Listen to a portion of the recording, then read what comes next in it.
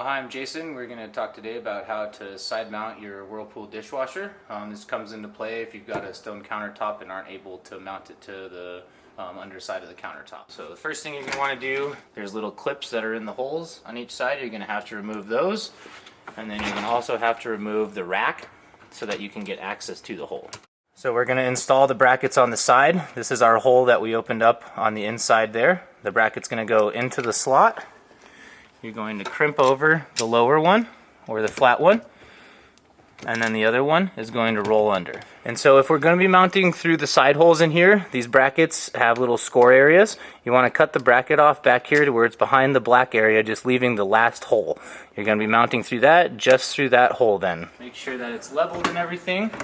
You're going to want to line it up as even as you can with your counter, your cabinet, so that everything is flush across the doors. You're going to go through the hole and into the hole of the bracket that's inside. You're going to go through the hole, same thing then too, into the cabinet wall.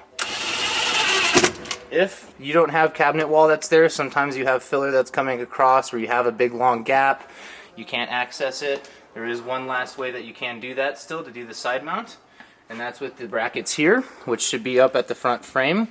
You always definitely want to pre-drill your when you're going into wood like that, but you can mount it up here then as well too, outside of the hole. Obviously this is a last resort versus this being your primary spot. You're going to want to side mount the dishwasher. Once then you've side mounted everything through here, your bracket's cut off so you have a nice clean look on the cabinet side. We're going to want to put the rack back into the dishwasher. We're going to want to put our plugs back in for the mounting holes, and that is how you will finish installing the side mount for your dishwasher for a Whirlpool dishwasher.